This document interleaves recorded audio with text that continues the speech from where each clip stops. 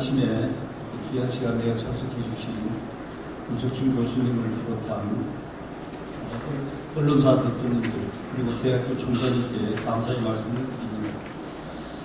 그리고 각 기관 단체장님께서도 참석해 주셔서 감사하는 말씀을 드리겠습니다. 회원 여러분, 25년 역사에 저희 정경영 포럼은 472회라는 강연회를 이어오고 있습니다. 정말 자랑스럽습니다. 이런 조찬 강연회에서 건강한 모습으로 뵙게 되어 큰 기쁨으로 생각합니다. 그럼 오늘 오신 강사님을 소개해드리겠습니다.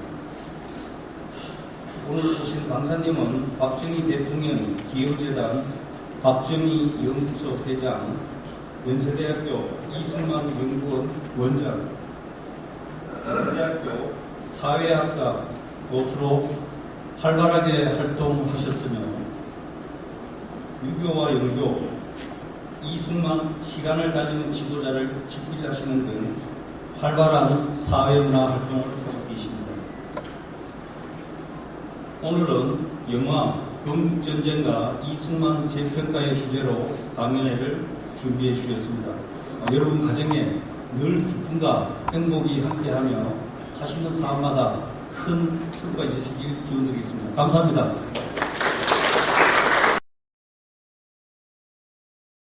네, 오늘 인천에서 여러 분야의 지도자들이 모이면서 저한테 강연을 주게 돼서 너무 영광으로 생각합니다.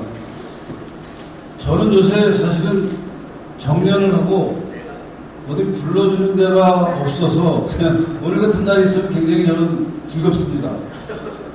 그 정년을 할 때 연세대 아마 기억하시는 분도 있을 텐데 제가 5년 전에 정년을 했습니다. 지금 이제 69이 됐는데 65세 정년을 할 때 정년을 1년 남기고 혹시 기억하는 분들이 있을지 모르지만 제가 학교에서 강의실에서 학생들하고 토론하다가 위안부에 관한 얘기를 했었어요. 근데 그게 이제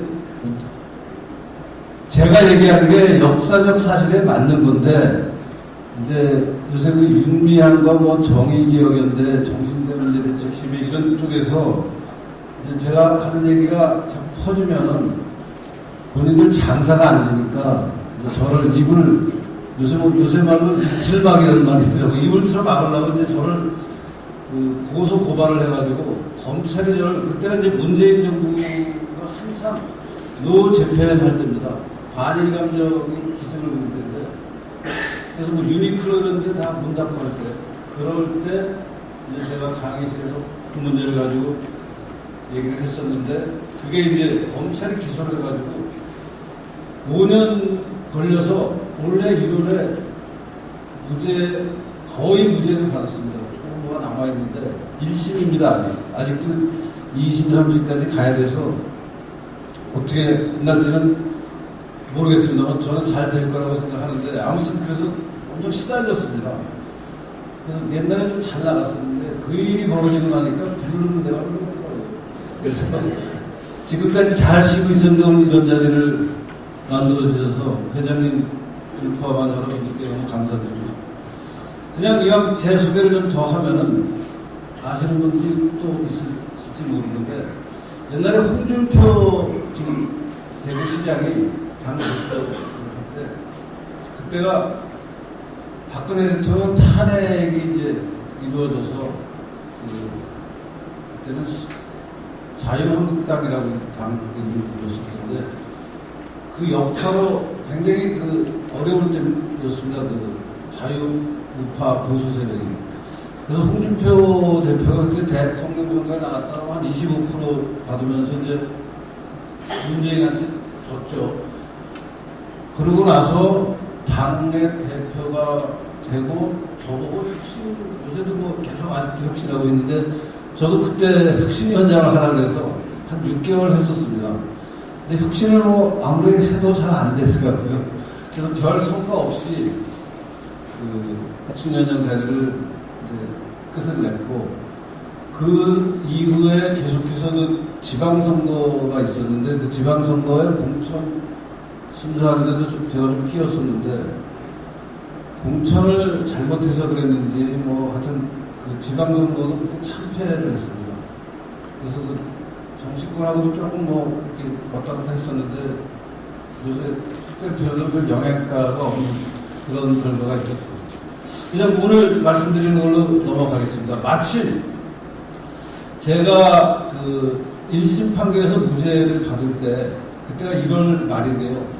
이 건국전쟁이라는 영화가 2월 1일 날 개봉을 했는데 처음에 그 영화가 개봉을 하고 반응이 어떨까 하면서 저도 걱정을 하면서 봤는데 처음 제가 이제 실제 그 영화를 준비하면서 뭐 그 카메라 앞에서 뭐 이거저거 찍고 할 때만 해도 이렇게까지 영화가 반응이 좋을지를 몰랐었습니다.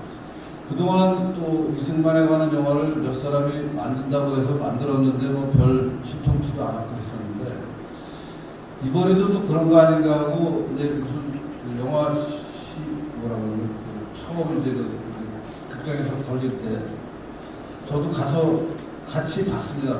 근데 제가 거기 보신 분은 혹시 아시겠지만 좀 자주 나왔잖아요, 영화에. 근데 영화를 찍을 때나 영화를 제가 그날 보기 시작할 때는 그냥 그런가 보다 하면서 보기 시작했는데 영화가 끝날 때 되니까 제가 눈물이 나더라고요.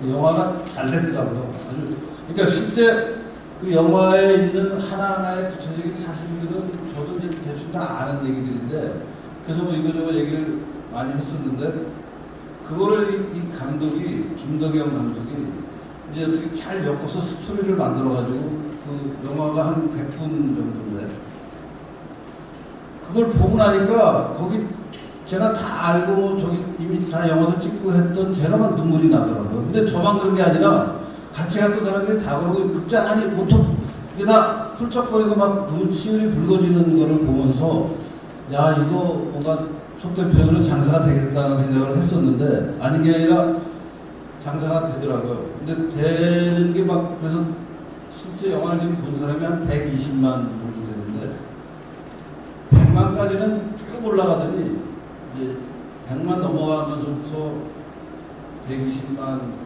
될 때까지는 좀 시간이 오래 걸리고 지금은 시중에서 영화가 이렇게 저 극장 가면은 볼 수 있는 데가 거의 없을 겁니다. 근데 다행히 TV조선에서 6월 6일 날, 현충일 날, 밤 10시에 건국전쟁 영화를 틀기로 했습니다. 그래서 전 국민이 그날 다시 한번 보실 수 있을 것 같은데, 오늘 그 덕분에 저한테 아마 이런 기회가 온 것 같은데, 이승만 대통령에 대해서 좀 말씀드리겠습니다. 이승만 대통령은 1875년에 태어나셨고, 1965년에 돌아가셔서 90살을 살으셨습니다. 그러니까 그 당시 사람들 기준에서 굉장히 오래 사신 거죠. 요새도 뭐 90 정도 살면은 아주 요새는 뭐 워낙 오래 사신 분들이 많아서 아주 장수한 건 아니지만 요새는 뭐 90이면 적절히 그 산다는 얘기를 들을 텐데 그 90년 동안 사시면서 실제로는 객관적으로 보면 우리나라가 구한말, 조선 후기의 구한말이라는 아주 그 식민지로 넘어가는 바로 그 전 단계잖아요.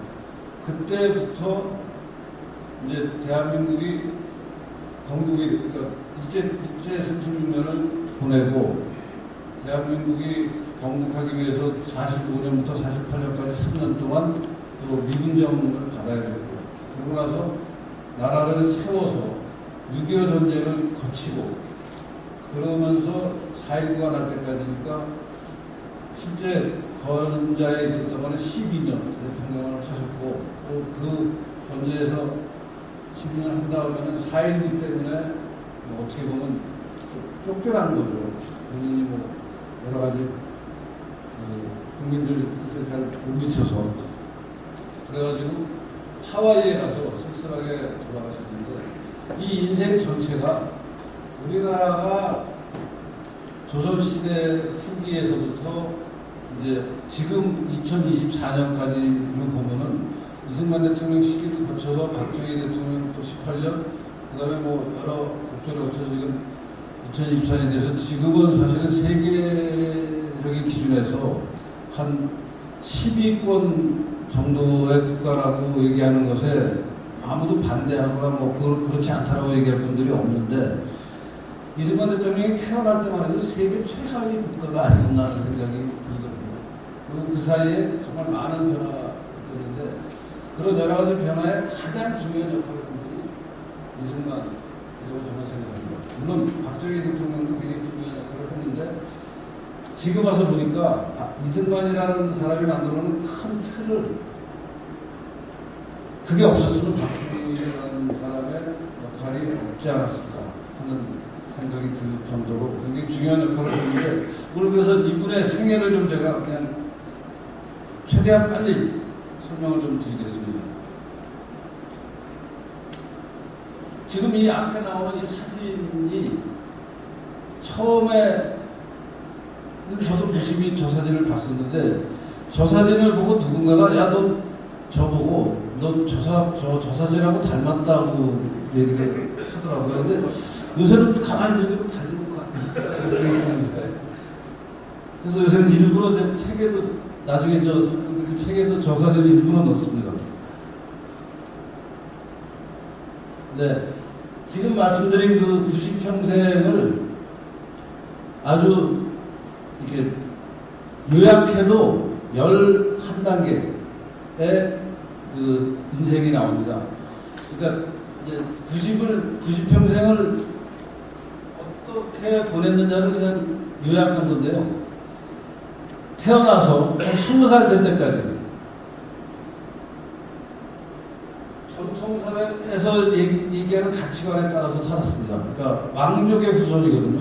양녕대군파의 그 후손으로. 근데 왕족의 후손이라고 해서 조선 그 태어난 집이 잘 살거나 그러지 아주 어려운 집에 그 이승만 대통령의 아버지는 보학과 이 뭐라 그러죠? 풍수지리에 심취해서 가정을 돌보진 않았어요. 그냥 여기저기 돌아다니면서 그 풍수가 좋은 데 가서 인생을 즐기는 분이라서 집을 별로 챙기진 않으셔가지고 이승만 대통령은 어머니가 있었습니다. 그래서 그 어머니나 이제 아버지가 너는 과거에 급제를 해서 집안을 지켜야 된다는 어릴 때부터의 기대에 부응하기 위해서 열심히 고시 공부, 과거 시험 준비를 했는데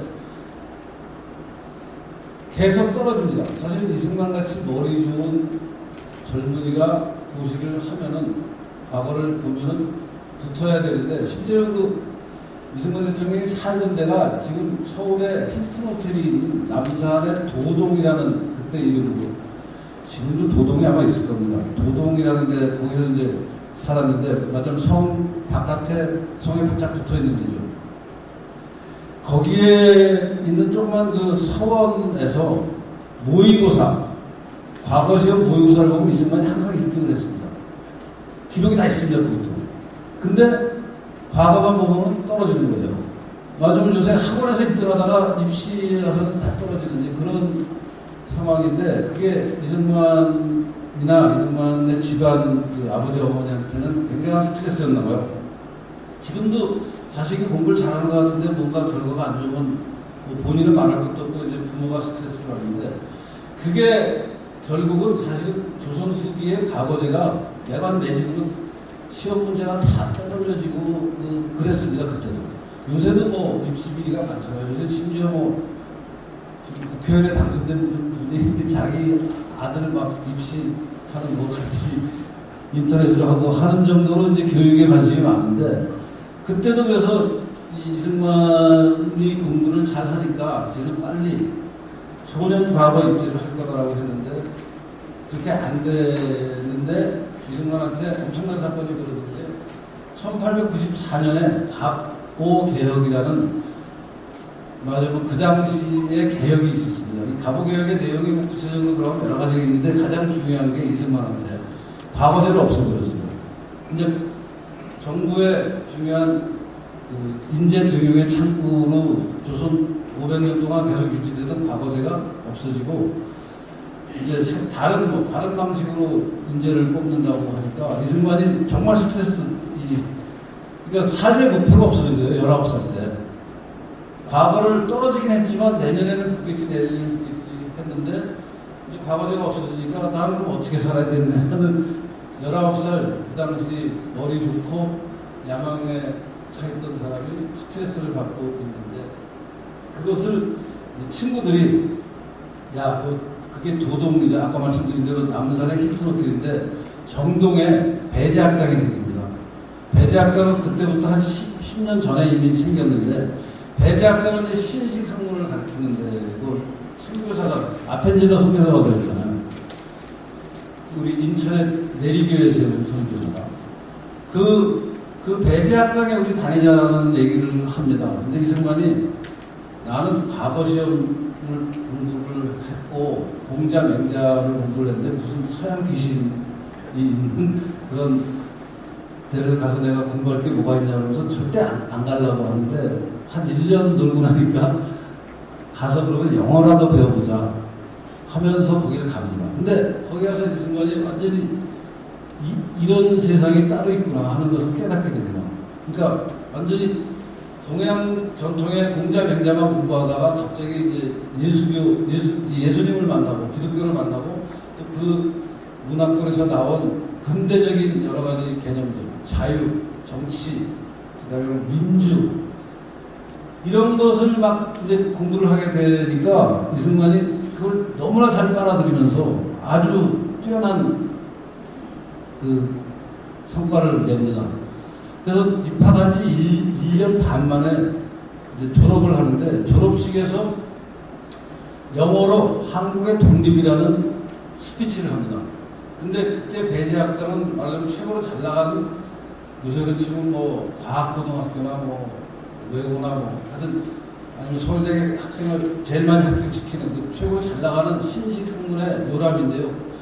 그래서 그 졸업식에는 그 당시 우리나라에 와 있던 외교 사절들이 다 와서 이제 배제학당 졸업식을 보고 그 졸업한 사람들을 축하하고 그 사람들을 눈여겨보면서 이제 이번에 졸업한 사람 중에는 어떤 인재가 있다고 이런 좀 데뷔하는 기회가 되는데 이승만이 워낙 똑똑하고 영어를 잘하니까 배제학당 선생들이 이승만 보고 학생을 대표해서 너 스피치를 하라 졸업 스피치를 하라고 하고 그것을 영어로 스피치를 해서 완벽하다는 얘기를 듣습니다. 근데 불행하게도 그 스피치 원고는 지금 남아있지 않습니다. 대신 그 스피치가 좋았다라는 기록, 그 당시 신문에 이승만이 배제학당에서 졸업 연설을 해서 굉장히 그 관객들로부터 좋은 평가를 받았다라는 신문, 그 당시 신문과 잡지의 기록은 여러 군데 있는데 그 원문이 남아있었으면 굉장히 우리한테 좋았을 텐데 그리고 그 스피치의 제목이 조선의 독립이었습니다. 인디펜던스 오브 코리아. 근데 그게 왜 의미가 있냐면 이제 식민지로 가는 게 이미 보이고 있었을 때거든요. 아 이게 한국이 지금 나라를 제대로 못 지키고 이제 가보 계획을 해서 뭘 좀 하려고 하는데 잘 못하잖아요. 그리고 이제 러시아나 일본이나 중국은 뭐 계속 전통적으로 우리나라에 장악력이 있었고 러시아나 일본이 후시탐탐 우리나라를 높고 그 두 나라 말고도 뭐 프랑스나 영국이나 이런 나라들도 우리나라에 와서 뭐 근데 검은도를 잠시 점령하고 그런 일들을 했잖아요. 그때. 그래서 이제 뜻 있는 사람들이 뭐 독립협회 같은 걸 만들어가지고 이 나라가 독립을 계속 지켜야 되는 게 굉장히 중요하다라는 생각을 하고 있고 그렇기 때문에 독립협회가 생겼고 그 독립협회 멤버들이 배제학당의 선교사들 하고 굉장히 이제 가까이 지내면서 우리도 빨리 서양 문명을 익혀서 서양 문명 같이 부국 강병 좀 제대로 된 나라를 세우자라는 생각을 할 때 이승만이 배제학당에서 졸업하면서 조선의 독립이라는 주제를 놓고 연설을 해서 엄청난 평가를 받습니다. 그래서 배제학당에 입학한 게 이승만으로서는 아주 세상을 바꾸는 일이 됐고요. 그것을 통해서 이제 선교사들이 이승만을 주목하게 되고 그 당시 서재필 같은 사람이 독립신문이라는 이제 일간지를 순한글로 이승만이 거기 필자로 참여하고 독립협회가 그 당시에 했던 일 중에 하나가 만민공동회라는 요새 치면 거리 집회입니다. 종로에서 만민공동회를 개최하고 그 만민공동회에서 이제 그때 이제 임금이 고종이니까 고종이 이 문제를 이렇게 해야 된다, 저 문제를 저렇게 해야 된다. 예컨대 이승만이 그때 청년으로 얘기한 것 중에 하나가 러시아가 저령도라는 사실은 지금 저기 부산에 있는 영도입니다. 그 영도가 지금은 다 다른 연결됐지만 그때는 섬이었는데 저령도를 조차해서 맞으면 러시아가 먹으려고 하는 것을 이승만이 비판을 합니다. 이거 이렇게 하면은 우리나라가 남아나질 않는다. 이거 절대 외국한테 이걸 띄워주면 안 된다. 그래서 맞으면 거기 모인 그 집회를 구경하는 사람들로부터 아주 엄청난 인기 연사가 됩니다. 특히 이제 뭐 그 만민공동회가 개최한 집회의 그때 주제가 이제 정치적 상황에 따라 계속 달라지는데 이승만이 나오면 사람들이 열광을 하는 거예요. 그 집회에는 이승만보다 훨씬 위인 서재필이니 또 그 당시에 그 개혁적인 사람들이 참여를 해서 스피치를 했는데 이승만이 단연 이제 맞으면 청중들로부터 일반 사람들로부터 인기가 좋으니까 이승만이 이제 요새는 치면 뭐 스타가 되는 거죠. 그런 과정을 거쳐서 그 이승만이 어떤 자리를 잡게 되니까 고종이 그 당시에 개혁을 하는 것 중에 하나는 이제 국회가 없었을 거 아니에요. 근데 이제 국회랑 비슷한 것은 일본이 그때 명치주의해가지고 만든 거 하고 뭐 서양에는 국회가 있고 이걸 이제 요즘 좀 알게 되고 그래서 국회 비슷한 걸 만든 게 중추원이라는 기관입니다. 아마 한 번쯤 들어는 보셨을 거예요. 이 중추원을 만들어서 이승만이 속해 있는 독립협회 멤버들이 50% 지금 독립협회는 정부에 굉장히 비판적이었고 한국협회라는 단체가 있었습니다. 그 단체는 이제 정부의 속조적이고 어쩌면 여권단체, 야권단체 두 군데다가 중추원 의원이 정원이 50명인데 25명씩 나눠줍니다. 근데 니네 여기서 그러면 정부를 지지하는 사람들하고 정부를 반대하는 사람들하고 같이 모여서 의논을 해가지고 그 결과가 뭔가 좋은 게 있으면 고종한테 달라. 그러면 이걸 반영하겠다. 라는 취지로 이제 중추원을 만들고 거기에 의원 25명을 고르는데 이승만이 거기에 꼽혀 들어갑니다. 청년 22살, 3살밖에 안 됐을 때입니다. 다른 사람들은 나이가 많은. 근데 이제 거기 들어가서 첫 회의를 하는데 고종이 도저히 수용할 수 없는 얘기를 합니다. 이제 중추원을 새로 만들어서 이게 앞으로 이 나라를 요새도 뭐 기구를 새로 개혁한다 그러면 기구를 만들고 이 기구를 통해서 뭘 해보자 하는 건데 이 새로운 정책을 펴는 이 기구에서 앞으로 무엇을 할 것이냐는 여러 가지 이제 요새는 지금 뭐 오픈 토론을 하는데 이승만이 좀 과격한 주장을 합니다. 그 앞에 갑신정변이 있었거든요. 갑신정변이 일본의 영향을 받은 일본식 개화를 주장하는 사람들이 했는데 뭐 갑신정변에서 그 고종 부인의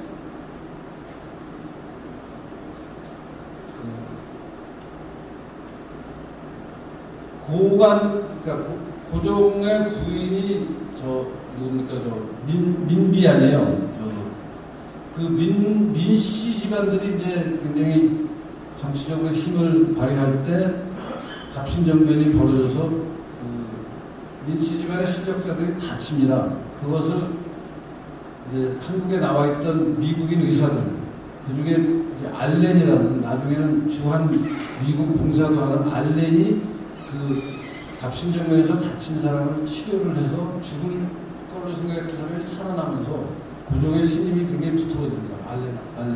알렌이 그때 이제 연세대학 근처에다가 광해원이라는 병원도 지었고 뭐 그런 때였는데 그 갑신정변에서 실패한 정변이니까 이제 그 정변을 일으킨 사람들을 감옥에다 넣으려고 하니까 이 사람들이 일부는 감옥에 잡혀 들어가고 일본으로 도망가고 또 일본에 갔다가 중국으로 도망가고 미국으로 도망가고 이제 이런 상태였는데 이승만이 갑신정변에서 뭔가 나라를 좀 개혁하려고 중요한 일을 하려고 그랬는데 그때 죄인 취급을 받고 있는데 이 사람들이 그때 주장한 거 뭐 칼을 휘둘러서 사람 죽이고 한 것은 잘못됐지만 이 사람들이 주장한 것 자체가 못하는 거 아니냐.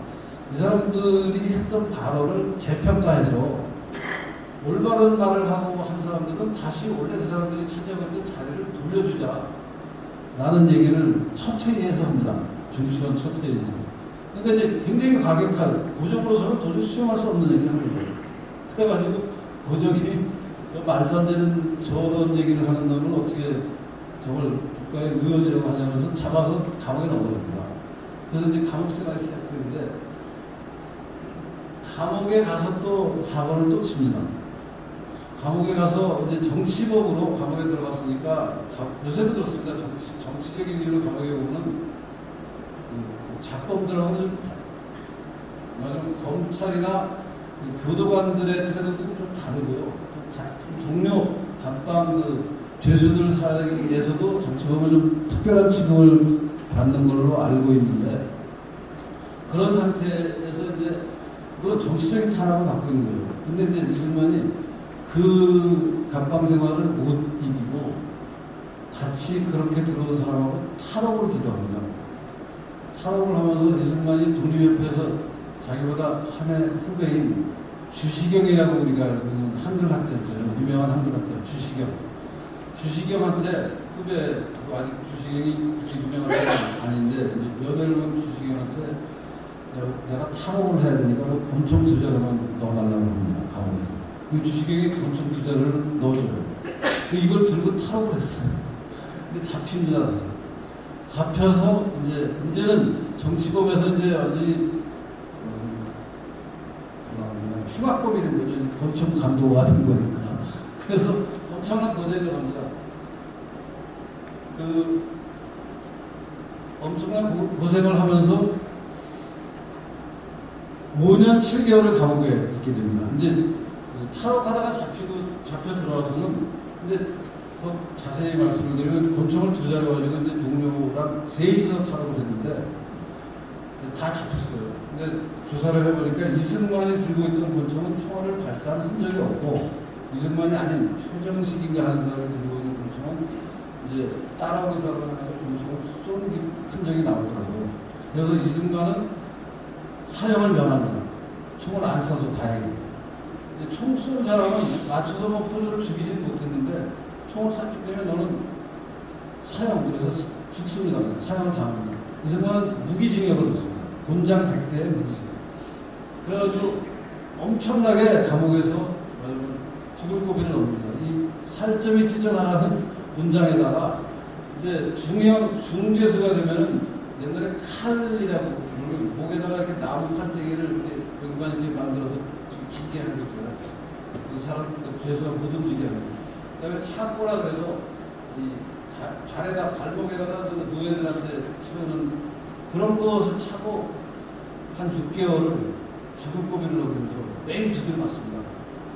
진짜 죽을 고비를 넘깁니다. 그러면서 어느 날 이승만한테는 굉장히 결정적인 사건인데요. 그러면서 어느 날 자기가 배제학당에서 선교사들한테 배우고 하나님에 대해서 배우고 기독교에 대해서 배웠던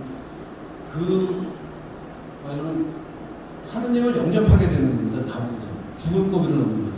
그래가지고 갑자기 그 고통 속에서 이승만이 써놓은 기록에 보면 갑자기 이 감옥 안이 환하게 밝아지고 자기가 그런 기도를 했다고 해요.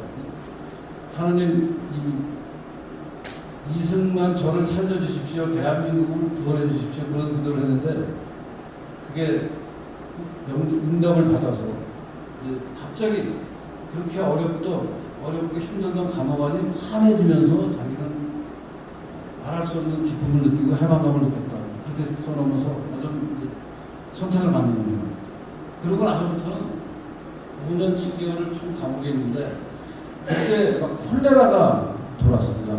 후열자가. 근데 감옥에 있는 저들이 걸려가지고 감옥에서 몇십 명이 이제 죽어나가는데, 그러니까 다들 시체 근처에도 안 가려고 하는데 이승만이 이제 기독교인이 되고 나서는 그 시체를 다 닦고 먼저 수습을 합니다. 시체를. 그게 그 다른 사람들이 본 기록, 본인이 또 오늘은 누구 시체를 어떻게 했다라는 기록이 아직도 남아있어요.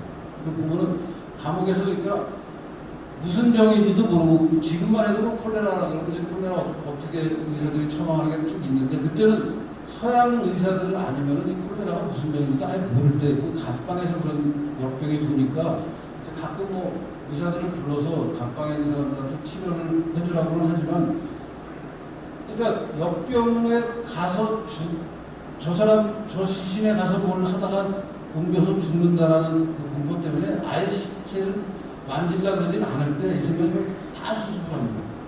그 눈물겨운 아주 이 기독교적인 희생이라고 할까요? 그게 실천이 됩니다. 그리고서 감옥 안에서 엄청난 명성을 얻게 되고, 감옥에 들어있던 당대의 최고, 그 당시 이제 고관들이 개혁을 주장하다가 감옥에 들어온 사람이 많이 있는데, 가장 대표적으로 지금 제가 기억나는 사람이 월남 이상대라는 분이 있잖아요.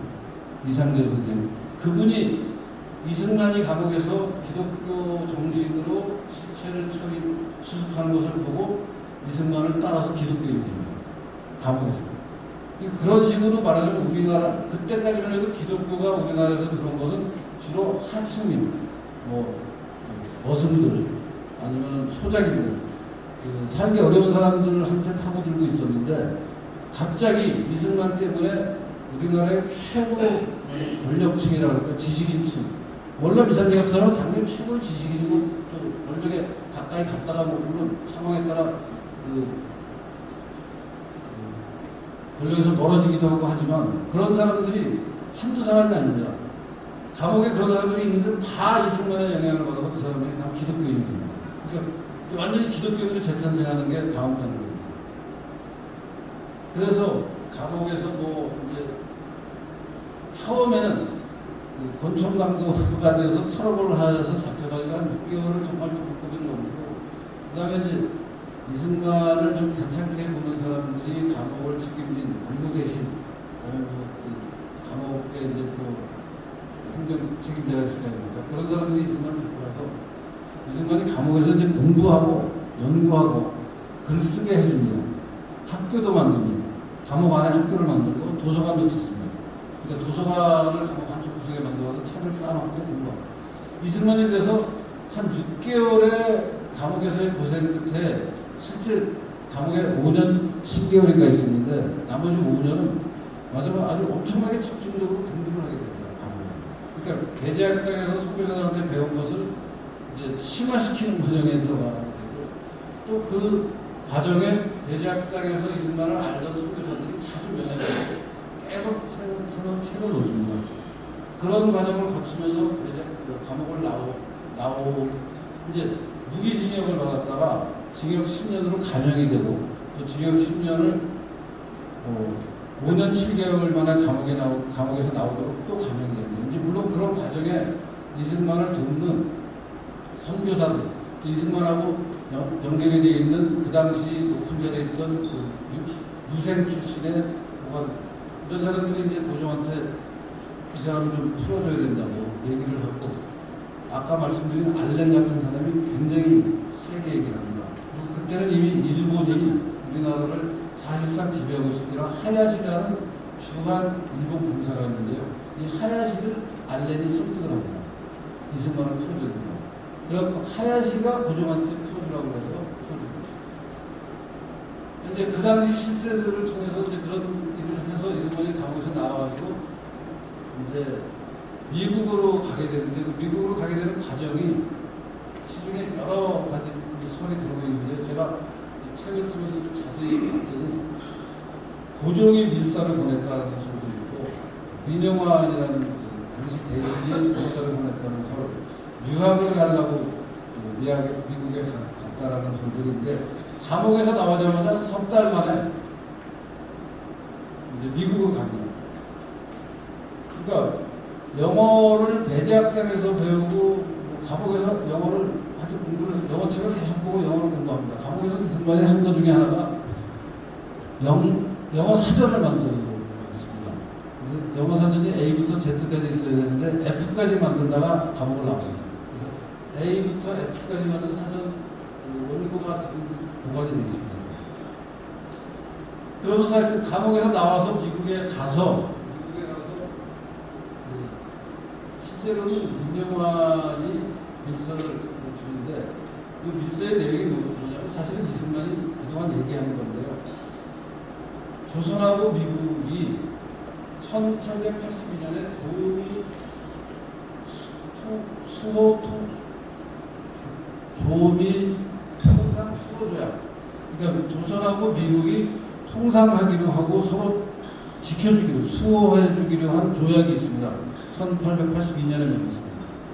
1882년 맺은 조약에 따르면은 미국이 우리나라가 어려우면 우리를 도와주고 보호해줘야 되는데 지금 일본이 우리나라를 먹으려고 합니다. 이승만이 감옥에 간 게 1904년에 나옵니다. 1905년에 어린이집 나고 1910년에 우리나라가 완전히 식민지가 울사보호조약에서는 울산늑약이라고 부르는데 그 울산늑약이 1905년에 생깁니다. 울산늑약이 우리나라 외교권, 군사권을 제한하는 거잖아요. 일본이 그걸 행사하겠다. 그러니까 실제 이제 우리나라 식민지로 가는 게 바로 모든 사람이 다 느끼고 있는데 이승만이 주장한 게 1882년에 미국하고 조선은 서로 지켜주고 서로 통상하기로 조약을 맺었는데 일본이 지금 우리를 먹고 있는데 무대 왜 안 나와주는 거야? 라는 얘기를 해야 된다라는 게 이승만의 주장이에요. 외교적인 어떤 요소로 국민을 지키자라는 거죠. 그 말을 하니까 민원이 야, 너 그 말이 맞는 것 같아. 그래서 내가 이렇게 됩니다. 내가 고종한테 얘기해서 너를 고종의 특사로 미국에 보내줄게. 보내줄 거니까 너 할래? 그냥 하겠다고. 근데 이제 고종이 직접 이승만을 불러서 그렇게 하려고 하니까 이승만이 감옥에서 하도 고종한테 당한 거 아니에요. 죽을 고비를 넘는 거 아니야. 아까 이게 처음 6개월 동안 막 군장 맞으면서 목에다 칼 쳐서 차고 쳐고 그게 생각이 나서 자기 도저히 고종이 부탁한 거를 못하겠다고 고종의 신입으로 본 사람한테 난 고종을 못 만나겠다는 거예요. 그리고 그 승질이 있는 거죠. 내가 지금 그 이승만이 나중에 써온 자서전에 보면요. 이 일로 내가 얼마나 많은 그 어려움을 불이익을 겪게 될지 모르지만 내가 고종이 만나자고 했을 때 거절한 것은 난 후회하지 않는다. 라는 기록까지 해놨습니다. 그런데 민영환이라는 사람이 이제 그 아까 하야식 알렌과 민영환이 막 얘기하면 하야식을 움직여서 고종이 감옥에서 나오고 그 사람이 그러면 야 그거는 고종이 싫은 거는 네가 싫은 거고 우리나라가 독립은 계속 해야 되는데 그런 건 내가 민영환이 영의적 선인가를 하고 있었거든요. 우리나라의 정치를 임금 다음으로 책임지는 내가 너한테 부탁하는 거고 그래서 네가 가는 거 내가 너 차비 좀 줄 테니까 가라. 그래서 이제 가는 겁니다. 그 얘기하고 미국의 대통령을 만나서 그 얘기하러 미국에 가는데 가서 이따가 좀 보여드릴 텐데요. 정말 우리가 상상할 수 없는 성과를 올립니다. 사실 그렇게 가서 미국 대통령을 만날 수 있겠습니까? 근데 만납니다. 근데 지금 정도의 우리나라 국내기면은 뭔가 하여튼 예컨대 무슨 대통령 측에서 센 비밀 문서를 하나 만들어가지고 CIA나 그런 데다 얘기해서 비밀 창구를 만들 수도 있겠지만 그때는 우리나라가 정말 별 볼 일 없는 형편없는 나라. 미국은 그때 떠오르는 세계 최강 대국인데 자기 스스로 한국 조선 정부의 중요한 내가 민명을 받고 왔으니까 대통령을 만나겠다. 라고 하면은 만날 수 없었을 거예요. 근데 만납니다. 근데 만나게 되는 과정을 이따가 좀 설명을 지금 그냥 드릴까요? 이제 미국에 갑니다. 그래서 그 일을 하러 미국에 가는데 미국을 요새 같은 비행기 타고 한 10시간이면 가잖아요. 2달 걸려서 갑니다. 11월 초에 한국을 떠나서 12월 31일 날 워싱턴에 도착합니다. 그러니까 한국에서 인천에서 배를 타고 목포 갔다가 부산 갔다가 시모노세키 갔다가 고베 갔다가 고베에서 드디어 마지막 배를 타고 호놀룰루를 경유해서 샌프란시스코로 갑니다. 그래서 호놀룰루에 하루 배가 머무는 동안 호놀룰루에 하선을 해서 호놀룰루에 이미 이민가 있던 한국인들 인천 내리교회에서 존스 목사가 내리교회를 만든 사람이죠. 그 존스 목사가 하와이에 가면은 한국에서 그래도 굉장히 열심히 일만 하고 보상도 못 받는데 하와이에 가면 날씨도 좋고 거기는 뭔가 정책이 잘 돼 있어서 이민을 가면 잘 살 수 있다라고 막 친구들을 부추겨서 내리교회에서 그때 이민을 보내는 사람들이 하와이에 한 6,000명, 7,000명, 8,000명 정도 있을 때입니다. 그래갖고 이 순간에 그때 내려서 하와이 교포들이 초청하는 형식으로 그분들이 모여있는 데 가서 같이 기도를 드리고 그 사람들한테 연설을 하고 윤병구 목사라는 사람을 그래서 만나서 그 사람과 밤새 내가 지금 미국에 가는데 이러이러한 일도 가는데 내가 가서 미국 대통령을 만나야 되는데 어떻게 하면 대통령을 만날 수 있을까를 의논을 해가지고 아이디어를 하나 냅니다. 그러니까 실제 밀서를 갖고 있죠. 그 밀서가 미국에서 통용이 될 리는 없는 거 아니에요. 그리고 뭐 영어로 써 있었겠어요. 근데 한문으로 써 있는 밀서를 들고 와서 영어로 있으면 이게 이런 내용이다라고 얘기하고 뭐 그러니까 사실은 밀서라는 게 말이 안 되는 건데 이제 그걸 핑계로 이제 미국을 가는 거고 가면서 이승만이 하와이에 한번 들어서 하룻밤을 자면서 그 윤병구 목사도 사실 내리교회에서 보낸 사람입니다. 만나서 미국 대통령을 만나려면은 내가 갖고 있는 밀서로는 안 될 것 같으니까 이렇게 하자. 그러면서 자기들끼리 내린 게 나는 이제 내일 가야 되니까 이승만이 윤병구 네가 하와이에 있는 6,000명, 8,000명 교민들 하와이에 있는 한국 교민들을 대표하는 사람으로 이승만과 윤병구를 뽑고 그 대표하는 사람이 하와이에 있는 교민들의 뜻을 모아서 미국 대통령 앞으로 청원을 하자, 페티션을 내자. 그 페티션의 내용은 한국은 이렇게 해서 독립을 지키고자 하는데 지금 일본이 우리를 침략해서 먹으려고 하니까 1882년에 조약에 근거해서 미국 대통령 당신이 우리를 보호해줘야 된다. 이 뜻은 8,000명 하와이 교민의 뜻이고 나아가서 6천만 조선 국민의 뜻이다. 라는 문서를 만든 거예요. 그래서 그거를 들고, 아니, 그게 이제 만들 거라고만 얘기하고 있을 거는 갑니다. 근데 윤병구가 남아서 그거를 만든 거예요. 그래서 만들어서 나중에 옵니다. 미국에. 그걸 들고 오는데, 그 중간에 이승만은 이제 미국으로 가고, 윤병구는 그 일을 준비하고 있는데, 타프트라는 그 당시 미국의 육군 장관이 하와이에 있는 거예요. 타프트가 여러분들 카스라 타프트 미략 이런 거 들어보셨죠? 그게 뭐냐면 카스라라는 일본 사람하고 타프트라는 미국 사람이 서로 비밀 협정을 맺어서 일본은 한국을 먹고 미국은 필리핀을 먹자 라는 게 카스라 타프트 미략인데 그 타프트가 이 타프트입니다.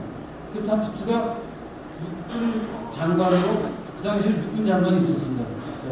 국방장관이 아니고 육군장관, 해군장관 이렇게 있었어요.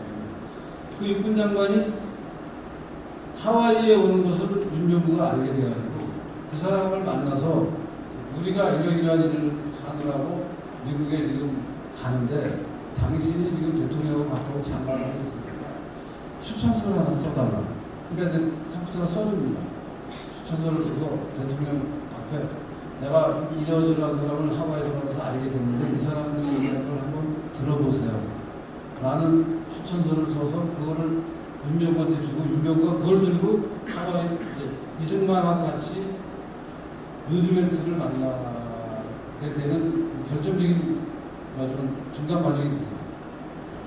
이승만은 혼자 이제 하와이에서 하룻밤 자면서 윤병구랑 그런 계획을 세우고 미국에 가서 샌프란시스코에 내려서 LA에서 어디 텍사스 쪽에 기차를 타고 시카고를 해가지고 온갖 데를 쭉 돌아서 워싱턴 DC에 간 게 아까 말씀드린 같이 1904년 11월 31일 날 갑니다. 2달 걸렸어요. 그리고 이제 가서 그 당시에 주한 공사가 있었습니다. 주미 한국공사관이 있었어요. 이제 여기서는 그 민영환이 그 당시 영의정 서인가라는 실력자였습니다. 주미 한국공사관에다가 훈련을 해보고가지고 이승만이라는 사람이 가면 도와줘라. 그래서 이승만이 도착하자마자 거기 찾아가서 그 사람들의 도움을 받아가지고 이제 뭐 좀 활동을 하고 그러는 과정을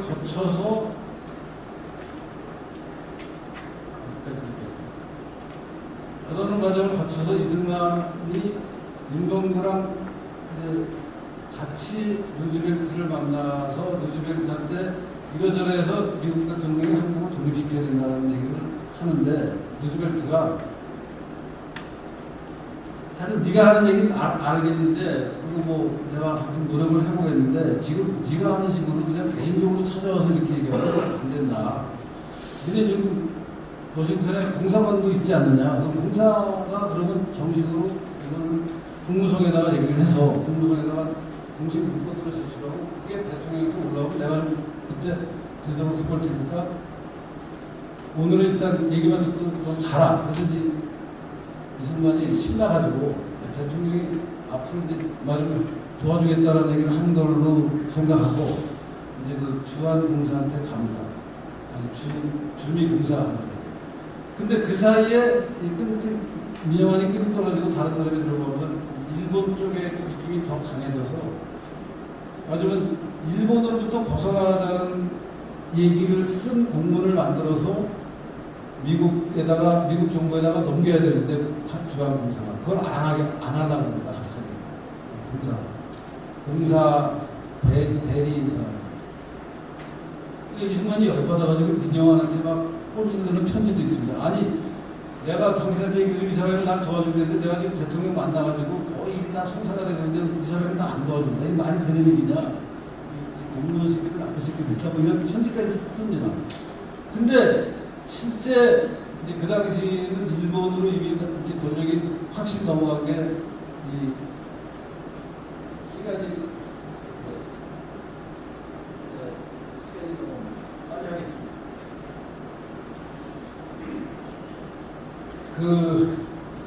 그래서 이승만은 이제 이게 잘 되면은 우리가 독립을 지킬 수 있다는 생각으로 그 주미 한국공사한테 일을 하자고 하는데 이 사람은 일본 쪽에 이미 줄을 서서 안 합니다.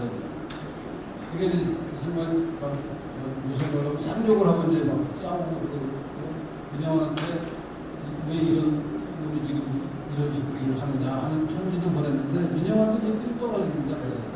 이게 실패하고 유학을 하고 그래서 이제 그 길에 미국 와서 자기가 맡은 임무는 실패하고 유학을 하고 그래서 조지 워싱턴 대학, 하버드 대학, 프린스턴 대학에서 학사, 석사, 박사를 하고 그 학위가 끝난 게 그때는 한 5년 걸립니다.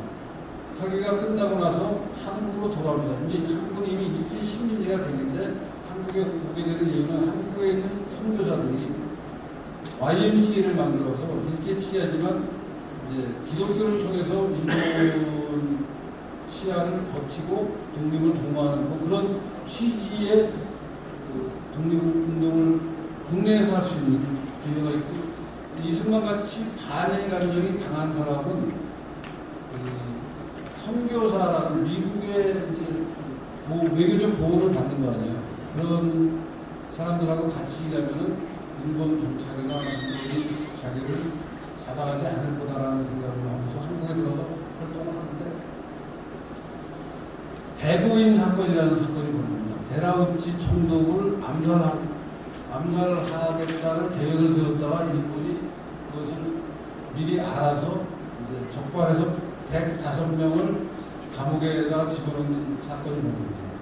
거기에 연루가 돼서 이승만이 잡혀가게 될 판이니까 그 IMC에서 이승만도 계속 미국으로 가라고 미국으로 빼돌립니다.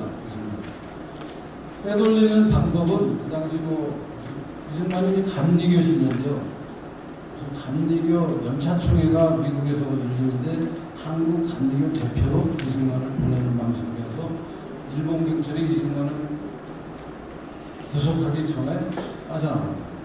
그래서 미국 가서 30년 동안 독립운동을 하고 하와이를 베이스로 해서 아까 말씀드린 그 하룻밤 잔 인연으로 그리고 하와이가 그 당시는 우리나라 사람들이 제일 많이 살던 지역인데 하와이에 갔다가 하와이에서 센트럴로 넘어가고 센트럴에서 미국 전역으로 퍼지고 이게 이제 우리나라 이민 간 사람들의 어떤 미국 사회에 정착하는 루트 패턴인데 그래서 이승만이 독립운동을 어디서 할까 고민하다가 하와이를 선택하고 하와이에서 30년 독립운동을 하고 독립운동의 끝자락에 가면 이제 미국하고 일본이 전쟁을 하잖아요. 이게 태평양 전쟁이고 대동아 전쟁인데 그 전쟁 때 이승만이 일본이 그것 때문에 미국한테 그 전쟁 때문에 지고 한국은 그래서 독립활동하다는 예견을 합니다. 실제 일본이 진주만을 공격한 게 1941년 12월인가였는데 이승만이 41년 8월에 재팬 인사이드 아웃이라는 영어로 된 책을 냅니다. 그 책의 핵심 내용은 이제 일본이 미국하고 전쟁을 할 게 저자인 나는 너무나 뻔히 보이는데 미국 사람들은 너무나 일본의 그런 속마음을 모르고 일본하고 지금 친하게 지내고 있는데 니는 뒤통수 맞는다를 걱정하면서 쓴 책이에요. 근데 그게 6개월 만에 사실로 딱 드러나는 거예요. 진주만. 그 이승만이 정말 엄청난 인기를 누리고 주가를 누리고 이 사람 말을 우리가 경청해야 된다 하는 평가를 받게 되고 그것 때문에 이승만의 독립운동가로서의 명성이 더욱 올라가고 결정적인 후각이 됩니다. 그리고 이제 실제 일본이 전쟁에서 지고 나니까 우리나라가 독립할 수 있는 계기가 생기는데 미국하고 소련이 반씩 나눠서 분정을 하죠. 그 분정하고 많은 분들은 이승만은 미국의 앞잡이라서 미국이 시키는 대로 했다고 얘기하는데 그게 아니고 그 분정은 계속 좌우 합작을 시도합니다. 그때만 해도 이 미국이 공산주의에 대한 경계를 전혀 안 해줍니다. 소련과 미국이 2차 대전의 승전국 동지들이잖아요. 일본 나치, 일본 파시즘, 나치, 독일 나치 파시즘 이 사람들 이탈리아 무솔리니가 같은 동맹이고 일본하고 아니 미국하고 소련하고 영국 프랑스 이게 다 같은 동맹이고 그래서 싸움이 2차 대전이죠. 그러니까 소련이 미국이 그때만 해도 전혀 소련을 경계하지 않을 텐데 그래서 좌우 합작을 계획하고 시키려고 그러는데 이승만이 죽어도 좌우 합작하면 안 된다. 좌우 합작하면 어떻게 되느냐? 동굴아파가 이제 2차 대전이 끝나고 동굴아파도 소련 독일이 지배하던 나라들이 폴란드니 체코슬로바키아 하는 나라들이 독립을 하게 됐는데 미국이 그때도 똑같이 소련과 의논해서 이 동굴아파의 좌우합작 정권을 만들자고 해서 만들었는데 결과가 좌우합작이라는 중간 단계를 거쳐서 전부 공산화가 됩니다. 동굴아파가 그래서 완전히 다 공산화가 되잖아요. 그것을 이승만이 보고 있는 게 전 세계 사람들이 그런 거가 벌어질 거라는 걸 모를 때 이승만은 야, 미군적 니네가 좌우합작 하자는 대로 하면 나중에 동굴아파 같이 돼서 우리가 공산화 되는데 왜 자꾸 그거 시키느냐? 나는 공산당하고 같이 일을 못하니까 하면서 미군정하고 3년 전에 싸웁니다. 그래서 우리나라가 자유민주주의 국가로 소개됩니다. 이승만은 북한도 다 그런 식으로 하려고 했는데 그것까지 못하고 북한은 소련이 딱 맡고 있습니다. 남한이 그래서 자유민주주의 국가로 이렇게 만들어지는 데는 이승만 대통령의 그 성과가 결정적인데요. 제가 오늘 그 정도까지 좀 말씀을 드리고 이때가 이제 그 배제학당에 들어가기 전에 서당 공부할 때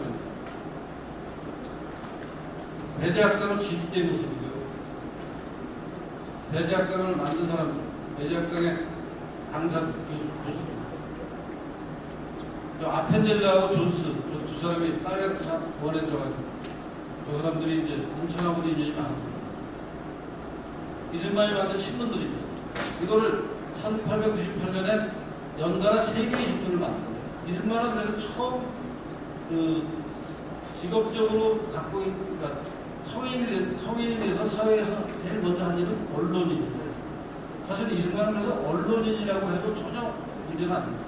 언론의 역할이 무엇이고 언론을 사람들한테 언론을 통해서 어떤 일을 할 수 있는가를 잘 알아도 실제 이승만은 대통령이 되고 나서도 언론과 싸우기도 하고 언론을 이용하기도 하고 그걸 잘했습니다. 이런 얘기까지 할 필요는 없죠. 지금 윤석열 대통령은 언론을 너무 못하고 있어요. 언론하고 그냥 싸우고 제대로 싸우지도 못하는 거고 그냥 당하기만 하고 있는데 이승만은 이때 신문을 만들면서 이 언론이 얼마나 이 국민을 개명하는 데 필요한지를 잘 알게 됐어요. 이게 아까 얘기한 만민공동이에요. 사실 이제 이승만이 이런 저 인파 보시고 인파 뒤에 있는 저 지붕 그게 종로 보신 것 같을 텐데요. 종로에 저는 이거 참가합니다. 저렇게 쭉 있었고 그 앞에 사람들이 저렇게 모여서 이승만이 하는 연설을 듣는 그때부터 우리나라 사람들 저렇게 길거리에 모이는 걸 좋아했거든요. 이게 감옥에 있을 때 저 이승만만 소프트에 묶여 있잖아요. 이게 그리고 감옥에 놀러 온 사람들이 다 죄수들입니다. 지금 이승만과 죄수 감방 동기들인데 이승만만 중죄인이랑 보석줄에 묶여 있는 거예요. 나머지 사람들은 무슨 동네 마실다고 사람들 같이 하는데 다 감옥에 있는 사람들이고 이 중에 그 아까 얘기한 이상진도 있었고 그리고 아까 그 이승만이 하나님의 응답을 받았다는 게 여기 다 기록이 남아 있습니다. 이게 신학월보라는 잡지가 그렇게 나왔는데 거기 보면 이 중간에 있는 건데요. 우리 사랑하는 형제 이승만 씨는 옥에 갇힌 지 몇 년이 됐는데 하나님의 응답을 받아서 콜레라 환자들을 돌보고 싶다고 그런 얘기입니다. 이승만이 쓴 제국신문의 사설인데 감옥에서 쓰는 겁니다. 감옥에서 이승만이 사설을 쓰면 신문에 관한 사람이 받아서 제국신문에 갖다 주면 그렇게 해서 5년 동안 논설을 500개 찍었습니다. 감옥이 어떻게 개판인 거예요? 감옥에 들어간 사람이 논설을 5년 동안 500개 썼어요. 이승만이 한글 교육을 무지 강조합니다. 여기 보면 논설의 제목이 국문교육이에요. 제국신문이라는 신문에 일면에 논설이 나오고 그 논설을 이승만이 감옥에서 쓰는데 그 논설의 제목이 국문교육이에요. 그래서 우리나라 사람들이 한문을 배우려면 너무 많은 에너지를 낭비하는데 한문을 잘하는 게 나쁜 건 아니지만 이 글을 모르는 사람이 이렇게 많은데 그 사람들한테 다 한문을 가르치면 너무 힘들고 그 사람들 한번 글을 그렇게 못 배우게 되니까 차라리 한글을 많이 가르쳐라 하는 얘기를 하고 그래서 그때 이제 처음으로 나온 뭐 한글 교재들입니다. 초학, 원문, 국문, 독본, 삼인필지. 삼인필지는 선비하고 백성이 같이 알아야 되는 전 세계 지리 이런 것들을 이승만이 감옥에서 보고 이런 책들을 가지고 공부해야 되는 좋다. 그런 얘기를 써놓은 게 저 사설입니다. 감옥에서 쓴 책 중에 청일전기라는 일본하고 청나라하고 싸운 기록 여기 중에 되게 재밌는 게 이 서문에 나오는 건데요. 제가 한번 읽어보겠습니다. 임진남보다 더 큰 난리가 갑오전쟁이에요. 갑오전쟁이 청일전쟁이 벌어지니까 갑오전이라 갑오전쟁이 청일전쟁이 있어요. 이 전쟁에서 한국이 독립을 잃었은즉 만일 한인들이 어느 날 유국이 오키나와입니다. 유국이나 대만, 타이완 인종들의 지위를 차지하고 말 것 같으면 이 전쟁의 역사를 알아도 쓸데없고 오히려 모르는 것이 나을 터이지만 우리는 결단코 그렇지 않아요. 태평양이 마르고 히말라야가 평지가 될지라도 우리 대조선 독립은 우리 한인의 손으로 회복하고야 말 터인즉 우리 한인이 갑오전쟁의 역사를 모르고 지낼 수 없다. 이렇게 일본으로부터 독립하는 것을 주장한 사람 보고 요새 이승만을 왜곡하는 사람들이 이승만을 친일파라고 부르고 이게 진짜 말이 안 되는 얘기예요. 한인들이 유국이 그때 나라가 없어지고 막 그랬거든요. 오키나와. 타이완도 나라가 없고 그래서 나라를 잃고 그냥 큰 나라에 섞여 들어가는 그런 민족이면은 우리가 독립하려고 노력하는 노력도 없이 일본에 그냥 작은 나라가 되면 되는데 일본에 들어가는 나라가 되는데 우리는 그런 사람들이 아니라 우리는 독립해야 된다. 그 독립을 하려면 청일전쟁이 왜 벌어졌는지를 알아야 된다. 독립정신을 찾았어요. 이것이야말로 완전 근대적인 사회과 인문과학이 우리나라 전통하고 딱 만나서 나온 책이에요. 영어로도 번역이 돼 있고.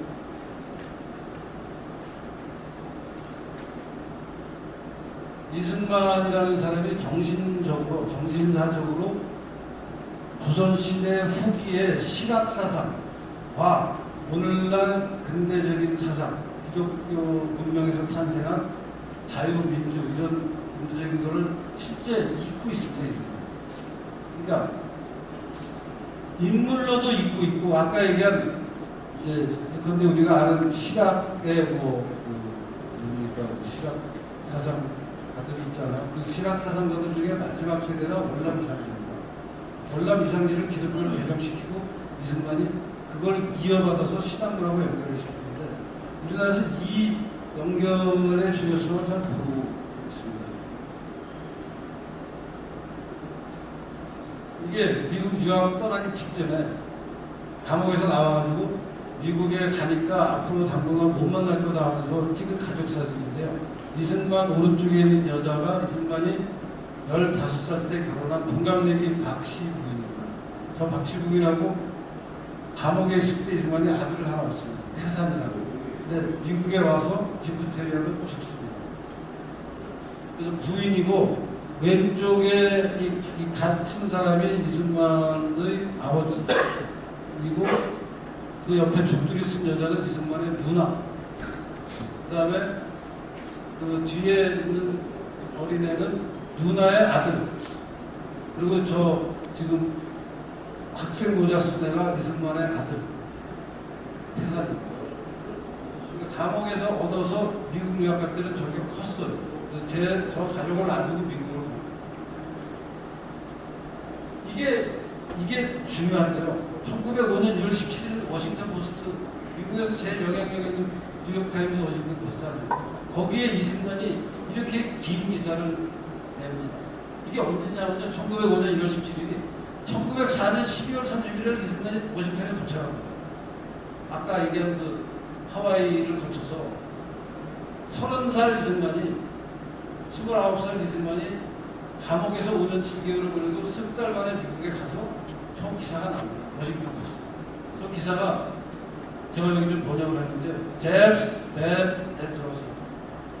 일본은 러시아 사람들만큼 나쁘다. 그래갖고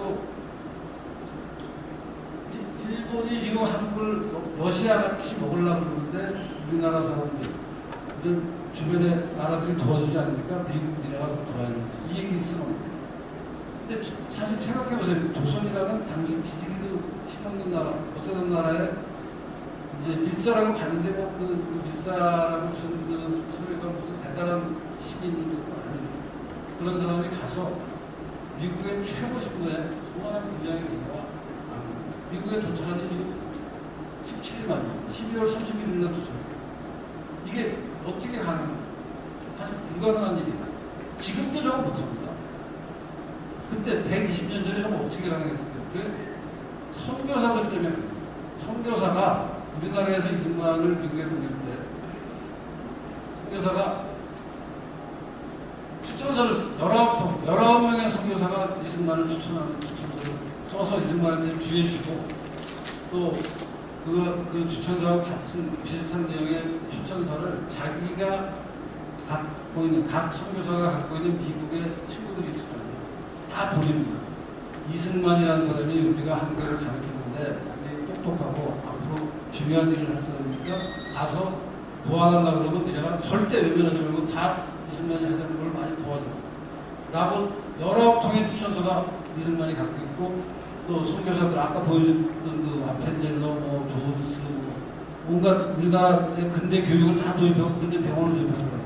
이분들이 추천서를 써서 그 추천서를 가지고 이승만이 가서 언론사에서 저걸 해주고 그 네트워크가 이제 마치라고 하는데요. 대충적으로 너무. 그 다음에 아까 얘기한 그 태산이 이제 미국에 왔어요. 그랬더니 이승만이 그때 이제 도시 워싱턴 대학에 들어가서 공부를 하고 있으니까 아들을 돌봐줄 미국의 독실한 기독교 가정을 찾는다. 라는 신문이 또 기사가 나옵니다. 3월이 아까 나온 게 2월 아니 6월입니다. 그다음에 또 8월에 뉴욕 타임즈에 나옵니다. Will ask Roosevelt to prosecute. 루즈벨트한테 대통령한테 한국을 보여달라고 요청하겠다. 이게 윤건가고 얘기한 청원서를 이제 가지고 가는 것을 미국 타임즈가 보고 미국의 불시의 신분에 한국에서 온 듣도 보도 못한 청년이 3번 1월, 6월, 8월 이런 엄청난 이게 프린스턴 대학의 기숙사 이게 박사논문 한국에서 박사학위 논문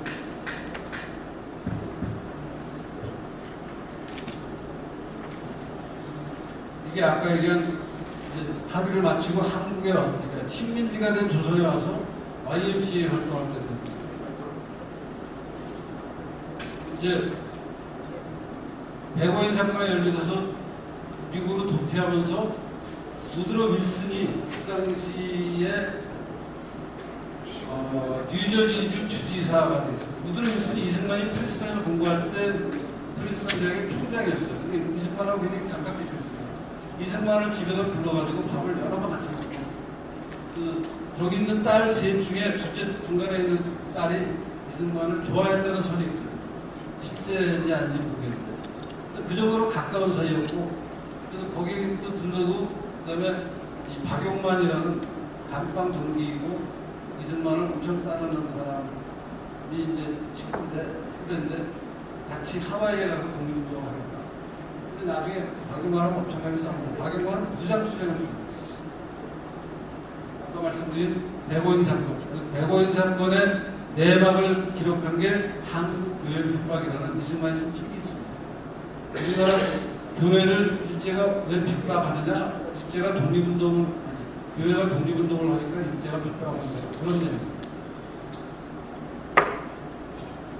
하와이에 가서 이제 여학생들 교육하는 거. 영화 우리 공통적으로 나오잖아요.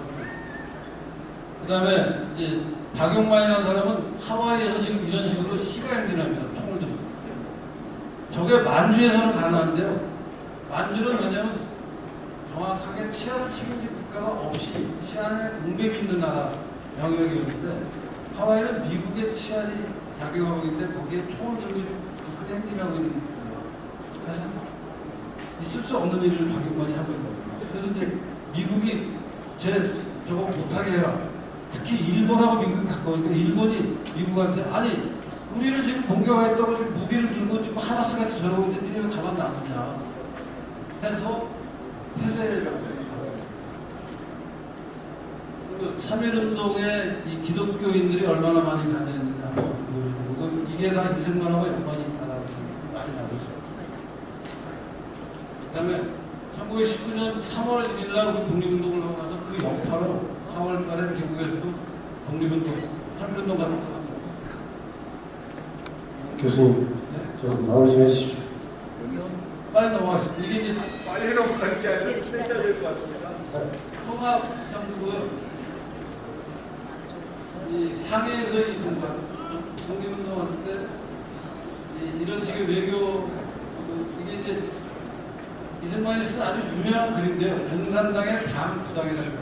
공산당이 옳은 건 무엇이고 잘못한 건 무엇인가를 1923년에 씁니다. 저 생각을 하고 있기 때문에 공산주의에 대한 경계를 계속해서 우리가 자유롭게 살고 있는 나라에 살게 되었습니다. 저거를 그래서 한번 꼭 읽어보셔야 돼요.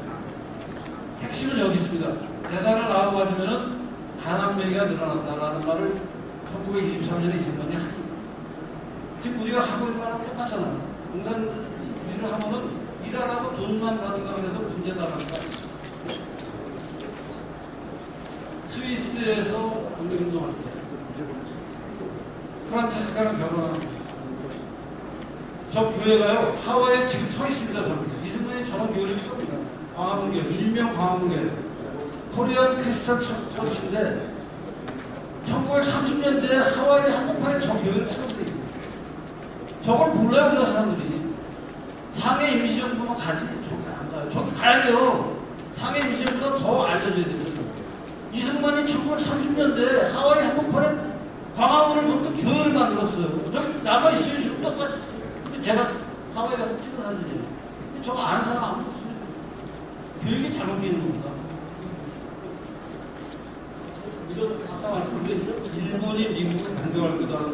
내용을 제로해 줬다. 그다음에 이승만 특유의 떨리는 목소리로 우리나라가 곧 미국이 일본을 이겨서 우리가 곧 독립할 거다라는 얘기를 했는데 시간이 되면 우리 이일이 사장님이 이거 한번 흉내 내시면 좋은데 시간이 안 되죠. 네. 이승만이 무장투쟁한 겁니다. OSS는 오늘날 CIA의 전신입니다. CIA가 생기기 전에 OSS라는 기구가 있었고 그 기구가 이승만하고 협의해서 랩포 프로젝트, 목소리 프로젝트를 하는데 이게 뭐냐면 일본에 침투하는데 미국 사람이 일본에 침투하면 외모가 다르고 일본말을 잘 못하고 일본말을 해도 억양이 달라도 금방 들키니까 한국 사람이 일본말을 하고 한국은 영어도 잘하고 일본말을 하니까 한국 사람들을 이용해서 일본에 침투해서 첩보 작전을 하자라는 거를 하고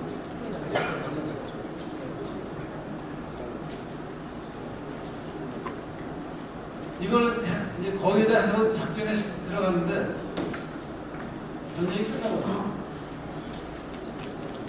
전쟁이 끝날 때 미국 국무부에 미국 소련 간접들이 요구를 했습니다. 해방돼서 돌아올 때 모습인데요. 네, 여기서 마치겠습니다. 죄송합니다. 이 시간을 제가 못 지켜서. 네, 좋은 강연을 해주신 교수님께 감사의 큰 박수 부탁드리겠습니다.